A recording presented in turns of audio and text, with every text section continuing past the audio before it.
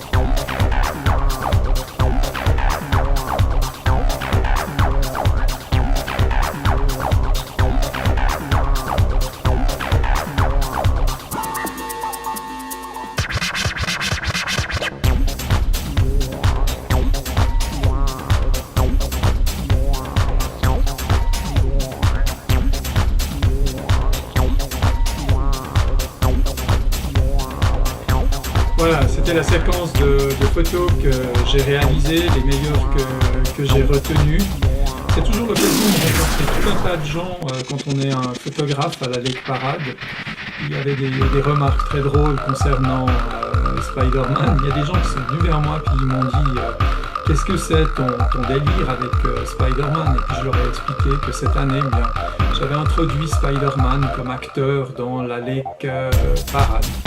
Donc à cette occasion, j'ai fait un reflet filmé de la Lake Parade qui est un petit peu différent de ce que je faisais les autres années, qui regarde, c'est un regard un peu différent sur cette Lake Parade 2.0. Donc je vous laisse apprécier le documentaire que j'ai fait à cette occasion.